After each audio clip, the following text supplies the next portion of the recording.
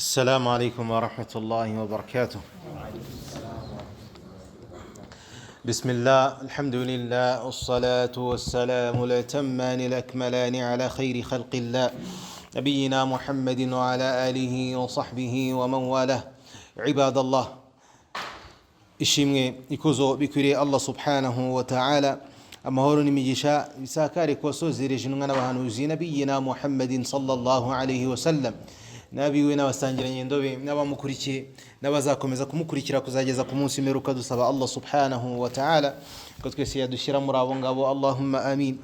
Ibadallah, bagaragu ba Allah subhanahu wa ta'ala, dukomeje kurebera hamwe amasomo aboneka mu gitabo Al-Kabairu, ibyaha bikuru, igitabo cya Sheikh al-Imam al-Dhahabi أو الإمام محمد بن أحمد ابن عثمان ابن قيماز الذهبي رحمه الله تعالى. الله سبحانه وتعالى amugirire impuhwe. Twarebe hamwe ibyaha bikuru biboneka muri iki gitabo bigeze muri bitatu. Tunareba impamvu nyamukuru ituma twibukiranya kuri iki gitabo cyangwa se kuri iri somo ari ryo yo kuba tugomba kumenya ibyo Allah subhanahu wa ta'ala yatubujije kugira ngo tubyirinde. Ntabwo dushobora kumenya, ntabwo dushobora kwirinda ibyo tutazi. Iyo umuntu ashaka kwirinda ikintu arabanza akakimenya. Ni nayo mpamvu rero twibukiranya kuri iri somo ry'ibyaha bikuru kugira ngo tubashe kwirinda kugwa muri bino byaha bikomeye Allah subhanahu wa ta'ala yanga. Twari tugeze ku cyaha cya kane, cyaha gikuru cya kane Sheikh rahimahullahu ta'ala yavuze muri kino gitabo cye.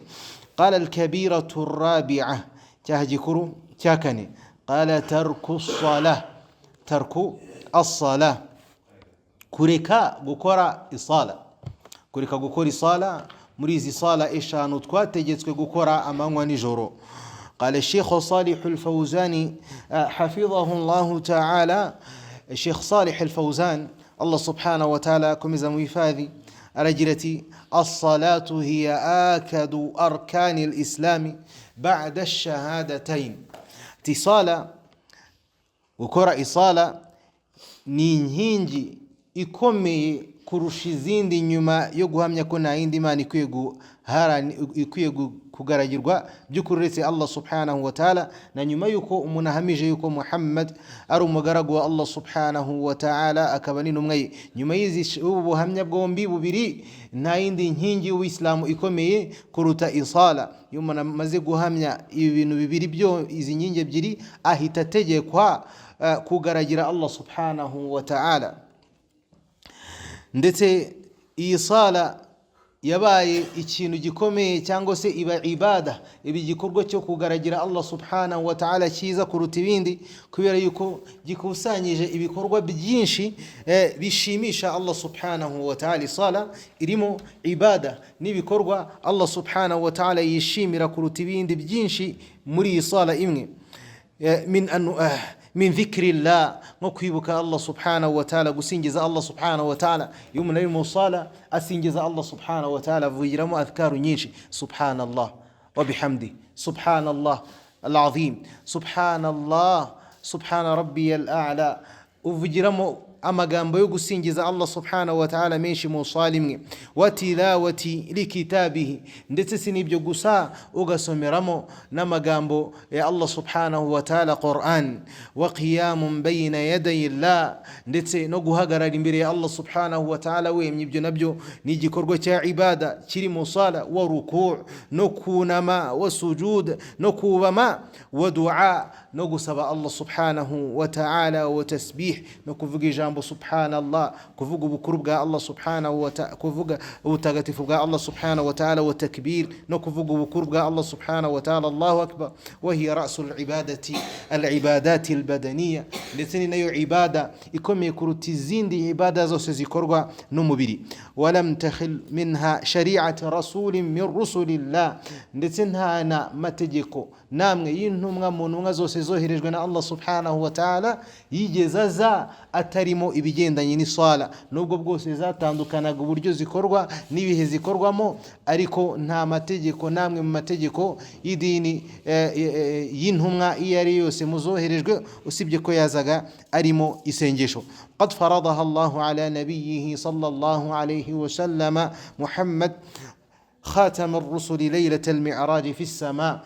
إيصال كان الله سبحانه وتعالى يجي تجيكو أنا يجرا يتجيكو كونو إيمانا نكوبا يوشبي نيجرو رجاء المعراج يزوروا الله إنه إيمان محمد صلى الله عليه وسلم يجيه نيجرو رجاء الله سبحانه وتعالى نهاجو يفتي يتجيكو رجي صالة كويسي nkuko andi mategeko n'Imana Muhammad sallallahu alayhi wasallam yafatiye kwisi, iswala yo yagiye kwifata kwa Allah subhanahu wa ta'ala mwijuru بخلاف سائر الشرائع.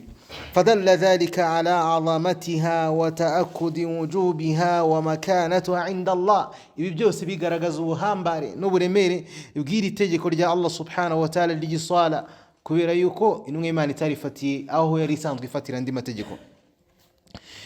kurireka rero bagaragu ba Allah subhanahu wa ta'ala rino tegeko ukareka gusari, ibi ngibi ni icyaha gikomeye cyane mu byaha tubuzwa kurangwa nabyo. yaqulu Allahu jalla wa ala, Allah subhanahu wa ta'ala fi ayati Maryam, muri aya iboneka muri suratu Maryam aya 59 kugeza kuri aya 60, Allah subhanahu wa ta'ala aragira ati fakhalafa min ba'dihim khalfun adaa'u as-salata wattaba'u ash-shahawat fasawfa yalqawna ghayya إلا من تاب وآمن وعمل صالحا.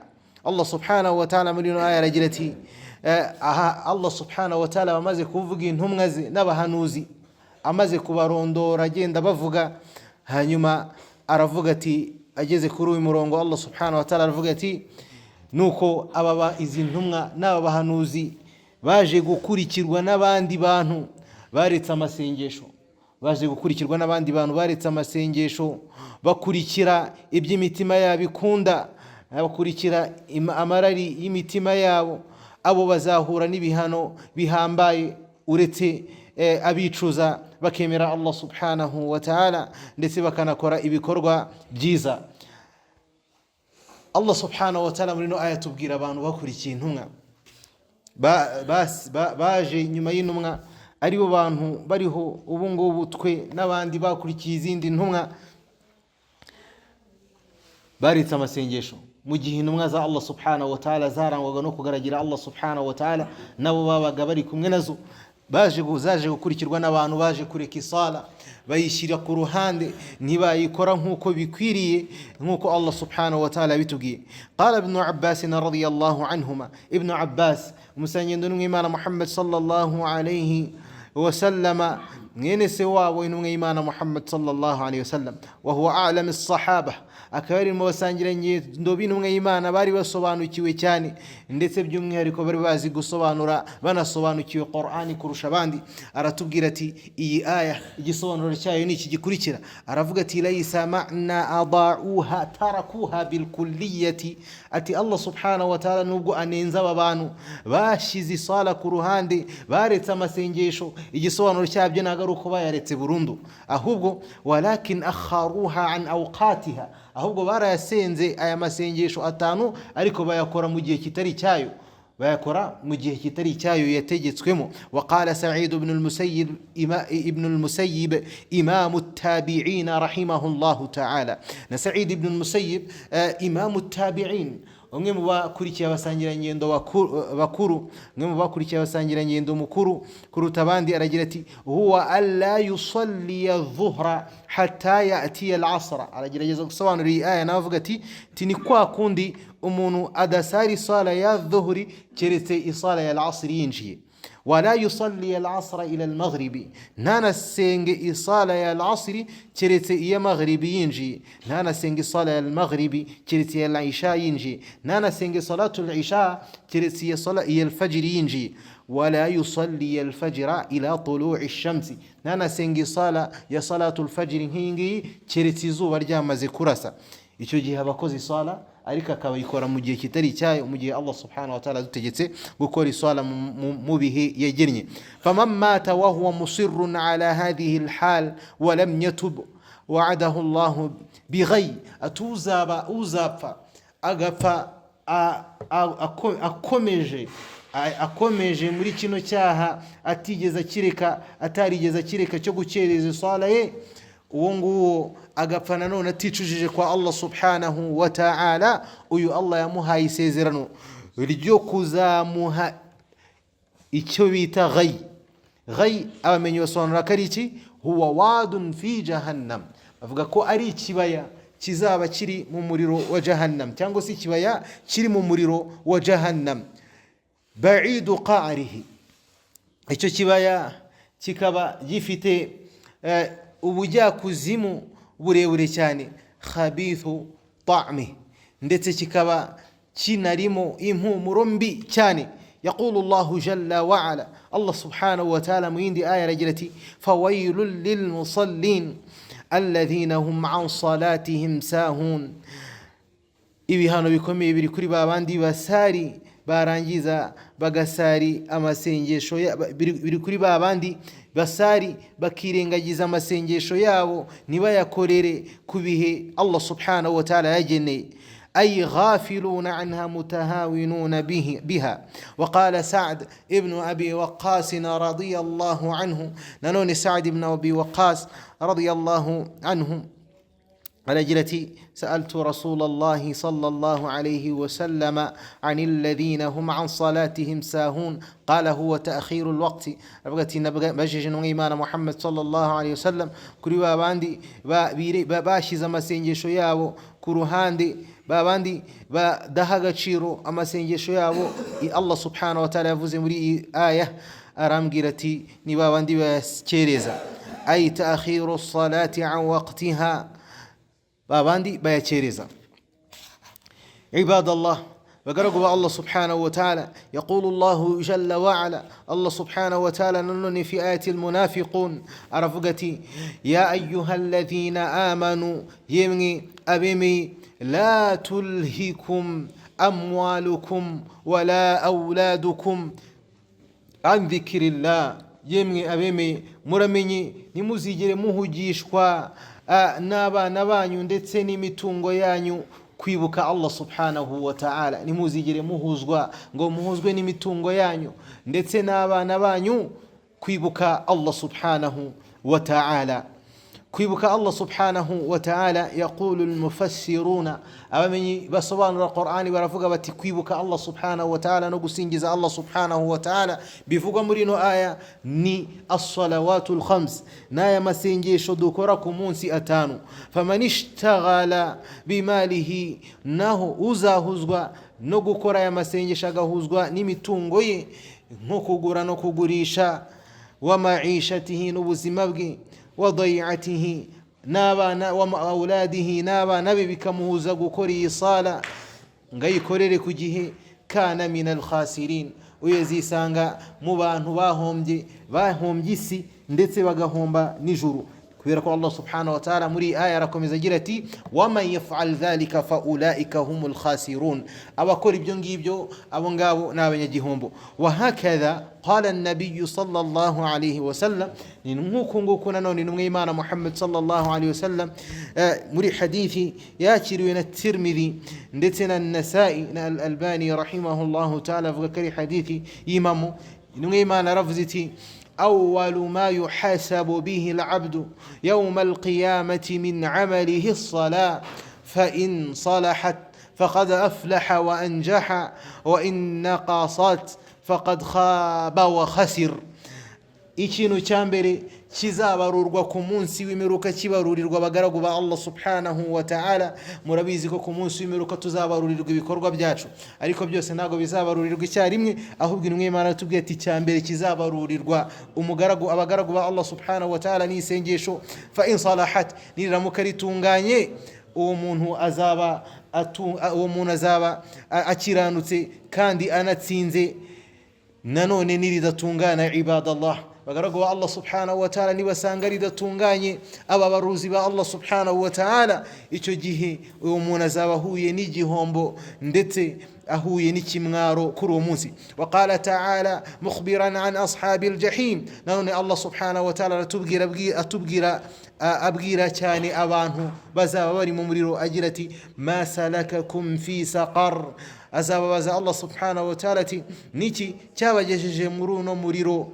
Qalu lam naku minal musallin, bazamusubiza bati ya Allah, ntabwo twari muri babandi bakoraga amasengesho. Walam naku nut'imul miskin, ndetse nta nubwo twarangwaga no guha abakene, tugaburira abakene tubafasha. Wa kunna nakhudu ma'al khaidin, ndetse twajyaga tugira ibiganiro n'abavuga ibidafite akamaro, twajyaga tugira ibiganiro n'abavuga ibidafite akamaro. Hatta atana al-yaqin, kugeza ubwo twagerwagaho n'urupfu tugapfa twibereye muri ibyo ngibyo. Fama tanfa'uhum shafa'atu shafi'in, ibyo ngibyo Allah subhanahu wa ta'ala akagira ati abazaba bameze batyo nta buvugizi bw'uwari we wese uzabavugira ngo Allah subhanahu wa ta'ala barinde ibihano. Wa qala an-nabiy sallallahu alayhi wa sallam, nanone Imana Muhammad sallallahu alayhi wa sallam iratubwira iti bayna العهد الذي بيننا وبين الصلاة وبينهم الصلاة فمن تركها فقد كفر. Itandukaniro riri hagati yacu n'abatari abayisilamu ni sala, bityo uzareka isala uwo ngo azaba aretse uwisilamu azaba abaye umuhakanyi. Wa qala an-nabiy sallallahu alayhi wa sallam, nanone nimwe Imana Muhammad sallallahu alayhi wa sallam ikatubwira iti bayna al-abdi wa bayna al-kufri tarku as-sala, hagati y'umwemeramana, hagati y'umugaragu wa Allah subhanahu wa ta'ala n'ubuhakanyi nta kindi kirimo uretse kureka isala. Ni ukuvuga ngo iyo umuntu aretse isala aba abaye umuhakanyi. Wa fi sahihi al-Bukhari anna Rasulullah sallallahu alayhi wa sallam, no mu gitabo cya Bukhari as-Sahih, Imana Muhammad sallallahu alayhi wa sallam yaravuze iti man fatathu salat al-asr habita amaluhu, uwari we wese uzatambukwa, uwari we wese uzacikwa n'isengesho rya al-asr ryo ku gicamunsi, faqad habita amaluhu, ibikorwa bye byose bizaba impfabusa. Wa fi sunani anna Rasulullah sallallahu alayhi wa sallam, no mu bitabo bya sunan Imana Muhammad sallallahu alayhi wa sallam yaravuze iti man taraka as-salata muta'ammidan faqad bari'at minhu dhimmat Allah, uzareka isala imwe yonyine muta'ammidan, akayireka abishaka kubushake, nta mpamvu nimwe mu mpamvu zemerwe n'amategeko w'Islamu zishobora kuba zatuma iyo sala imunyuraho, nko kuba yagize impamvu yo kuba wenda yasinzira iswali ikabimunyuraho, icyo gihe uwo nguwo akayireka ku bushake azaba ari kuri y'ubwishingizi bwa Allah subhanahu wa ta'ala, azaba ari kumwe kuri y'ubwishingizi bwa Allah subhanahu wa ta'ala. Wa qala sallallahu alayhi wa sallam man hafaza alayha kanat lahu nuran wa burhana, umuntu uzacunga iri sala uzacunga iyi sala akayitaho akayibungabunga azaba afite urumuri, azaba iyi sala izamubera urumuri wa burhanan, n'ikimenyetso, wa najatan yawmal qiyamatin, rizanamubera gukiranuka ibihano bya Allah subhanahu wa ta'ala ku munsi w'imperuka. Wa man lam yuhafiz alayha, nutazigera abungabunga iyi sala ngo ayikore nk'uko igomba gukorwa, ntabwo izigera imubera urumuri cyangwa se ikimenyetso cyangwa se ngo imukiranire ibihano bya Allah subhanahu wa ta'ala ku munsi w'imperuka. Wa kana yawmal qiyamati, sinibyo gusa ahubwo ku munsi w'imperuka azisanga ari kumwe n'ibyigomeke byabayeho kuri ino si ya Allah subhanahu wa ta'ala, ari byo Fir'aun na Qarun na Haman na Ubay ibn Khalaf. Ibi biri mu byigomeke bikuru bizwi mu mateka y'Uislamu byabayeho kurusha abandi. Wa qala Umar radiyallahu anhu, umusangirangendo n'Imana Muhammad sallallahu alayhi wasallam, umwe mu basangirangendo n'Imana bakuru Umar radiyallahu anhu aratubwira ati ama annahu la hawla li ahadin fil islam adaa as-sala, nta muntu numwe, mu byukuri nta muntu numwe ufite uruhare kuri no dini ryacu ry'Uislamu mu gihe atahaye agaciro iyi sala, mu gihe atigeze arangwa no kubungabunga iyi sala. Qala ba'dul ulama rahimahullah, bamwe mu bamenyi Allah subhanahu wa ta'ala bishimire ndetse anababarire baravuze bati wa innama yahshuru tarika as-salati ma'a ha'ula'i al-arba'ati, uyu muntu waretse sala azazurwa n'aba bantu ari kumwe n'aba bantu bane tumaze kubona hejuru y'ibyigomeke, liannahu innama yashtaghilu ani salati bimalihi, kubera yuko umuntu areka sala, areka gukora sala kubera impamvu zikurikira. Ashobora kureka gukora sala kubera umutungo we umuhugije, arimo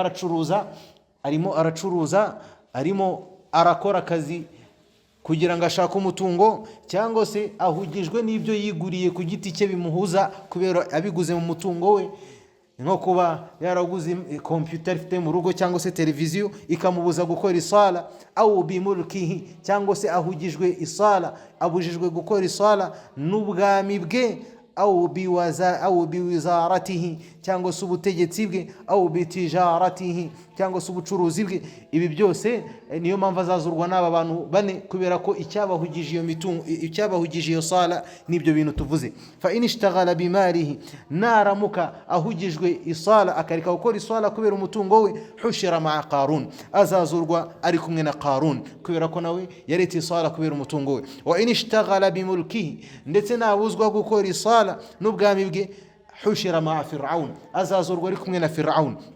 وإن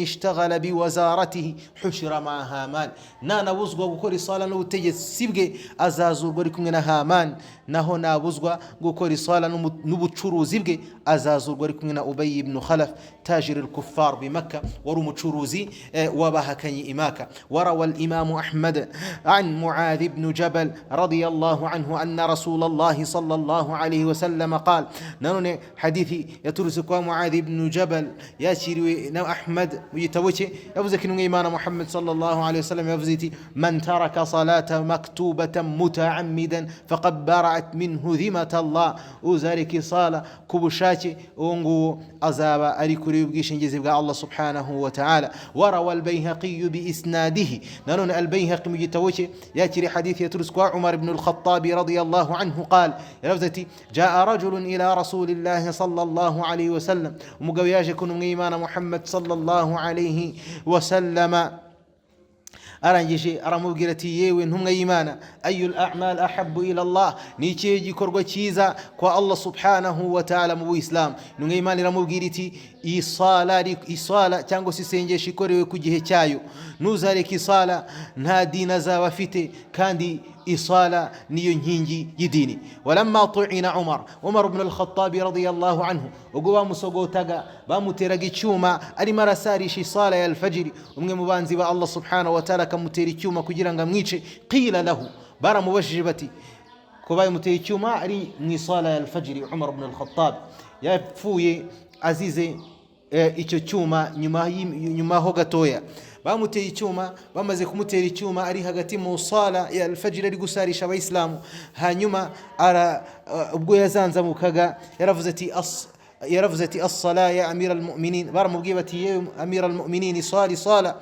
Qal, arangije arababwira ati, na'am, arababwira ati, yego, ama annahu la hadha li ahadin fil islam adaa as-sala, nta ruhare rw'umuntu wari wese afite ku Islamu igihe adaha agaciro isala. Wa salla radiyallahu anhu wa jurhuhu yath'ubu dama, arangije arasari mu gihe igikomere cye cyari kirimo kijejeta amaraso. Wa qala Abdullah ibn Shaqiq at-Tabi'i, aba nibo bari barahaye agaciro isala, naho twebwe umuntu akomereka ino isala kayireka. Wa qala Abdullah ibn Shaqiq at-Tabi'i radiyallahu anhu, umwe mu bakurikiye abasangirangendo b'intumwa y'Imana Muhammad sallallahu alayhi wasallam, Abdullah ibn Shaqiq nawe aravuga ati, kana ashabu rasulillahi sallallahu alayhi wasallam, abasangirangendo b'intumwa y'Imana Muhammad sallallahu alayhi wasallam, kanu la yarawna shay'an min al-a'mal, nta gikorwa na kimwe bajyaga babona kukireka ari ubuhakanyi uretse sala, nta gikorwa na kimwe bajyaga babona mu Islam kukireka ari ubuhakanyi uretse sala.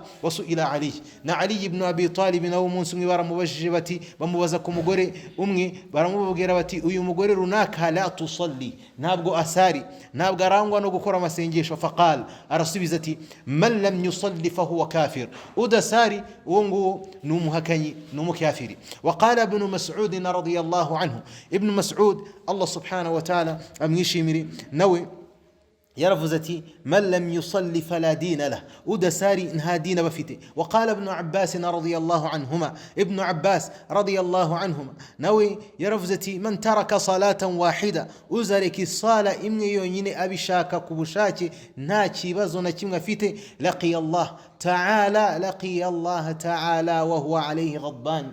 أزاهرنا الله سبحانه وتعالى كمون سميروك الله سبحانه وتعالى مراكري ناكي ناكي kibabaje nko kuba wahura na Allah subhanahu wa ta'ala kurakari. Ntushobora kuba mu bantu batsinze barokotse uhuye na Allah subhanahu wa ta'ala kurakari.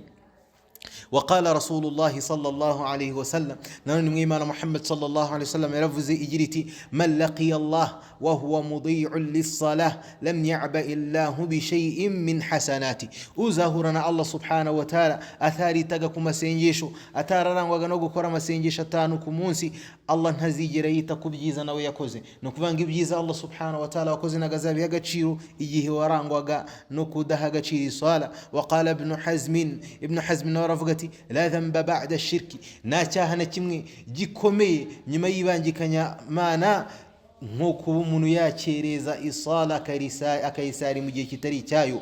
wa qatlu mu'minin bighairi haqq cyangwa se kuba yakica umwemera umuislamu. umuntu kuba yakereza isala ntago abamenyi ahangaha akenshi nano bavugaga ko umuntu waretse isala burundu nka bamwe muri twebwe cyangwa se benshi muri twebwe bayiretse, ahubwo ibi byose babivugaga ku muntu wayikereje akayisari mu gihe kitari cyayo. وقال إبراهيم النخعي رحمه الله تعالى، إبراهيم النخعي نورفقتي من ترك الصلاة فقد كفر وزارك صلاة وينغز أزواي مهكي. وقال أيوب السختياني من نورفقتي أفق بمزن هيبجو. وقال عون بن عبد الله نكفقتي إن العبد ومقرقوا الله سبحانه وتعالى نار مكا ينجزقوا إجازين جزقوا مقبري ينجزقوا منفي azabazwa ku isala. Nicyo kintu cya mbere bazamubaza. Naramuka atsinze icyo kibazo akakirenga, icyo gihe n'ibindi bibazo bizaba bishamikiye kuri icyo ngicyo bizamworohera. Ariko naramuka adatsinze icyo kibazo ngo abashe kugisubiza kibigendanye n'isala, nta gikorwa cye na kimwe bazigera barebaho, nabyo bizaba bikomeye nyuma yaho ngaho. Waqala salawatullahi wa salamuhu alayhi. nanone intumwa y'Imana Muhammad sallallahu alayhi wa sallama ikavuga igira iti thalathatun abantu batatu la yaqbalu Allahu minhum salatuhum, Allah subhanahu wa ta'ala ntabwo azigera bakirira isala zabo.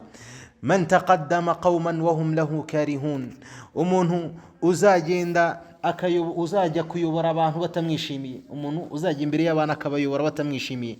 wa man ista'bada muharrara, n'umuntu uzafata umuntu ufite ubwigenge akamugira umugaragu, agafata umuntu ufite ubwigenge arangiza akamugira umugaragu. wa rajulun ata as-salata dabbaran, n'umuntu uzasara isengesho akarisari mu gihe kitari icyaryo. wajaa anhu salawatullahi wa salamuhu alayhi, none mw'Imana Muhammad sallallahu alayhi wasallam navuze ati idha salla al-abdu, umuntu uzasari umugaragu wa Allah subhanahu wa ta'ala yasenze isengesho akarisari mu gihe cyaryo cya mbere, rizamurwa kwa Allah subhanahu wa ta'ala wala hanu, rifite urumuri hatta tantahiya ila al-arsh, kugeza rigeze kuri arshi ya Allah subhanahu wa ta'ala. fatastaghfiru li sahibiha, rigasabira nyurukurikora kwa Allah subhanahu wa ta'ala, likamusabira ko Allah yamubabarira kuzageza ku munsi w'imperuka. wataqulu hafizaka Allah, ryarangiza rikanamusabira rigira riti nyagasani uyu muntu mubungabunge nkuko yambungabunze. wa idha salla al-abda, naho uyu mugaragu wa Allah subhanahu wa ta'ala salai akayisani mu gihe kitari cyayo ayikereje, sa'idat ila as-sama, rirazamuka rikagera kwa Allah subhanahu wa ta'ala. wa alayha dhulma, rikazamuka rifite ridafite urumuri ryijimye. فإذا انتهت إلى السماء، رجاجر هيجر تلف كما يلف الثوب الخلق، rikazingwa zingwa nkuko umwambaro ushaje uzingwa. wayudrabu biha wajha sahibaha, rikajugunywa mu maso ya nyiraryo. wataqulu, ryarangiza rikanamubwira riti dayaka Allah kama dayatani, Allah gutererane nk'uko nawe wantereranye. Fanasalu llaha at-tawfiqa wal i'ana innahu jawadun karim wa arhamur rahimin. Turasaba Allah subhanahu wa ta'ala ko yadushoboza kurangwa no gukora amasengesho mu gihe cyayo ndetse no kuyitaho. Innahu jawadun karim, kubera ko Allah subhanahu wa ta'ala n'umunyabuntu cyane ndetse ninubabarira ninugira impuhwe kuruta ibiremwa ndetse ninugira impuhwe kurusha abandi bose. Iri somo ni rirerire bagaragu ba Allah subhanahu wa ta'ala, tuzarireba mu bice bitandukanye. Kino cyaha gikuru cyo kureka isala ni kirekire kubera ko isala nayo irahambaye, na Sheikh rahimahullahu ta'ala n'umwanditsi Allah subhanahu wa ta'ala mugirira impuhwe muri kino gitabo cye nicyo cyaha gikuru kirekire kuruta ibindi yavuzeho byinshi kubera agaciro k'isengesho. Insha Allah biidhnillah ibisigaye kuri rino somo tuzabireba ku munsi w'ejo Allah subhanahu wa ta'ala natugeza. Wa la'alla fi hadhihi kifaya wallahu ta'ala a'la wa a'lamu.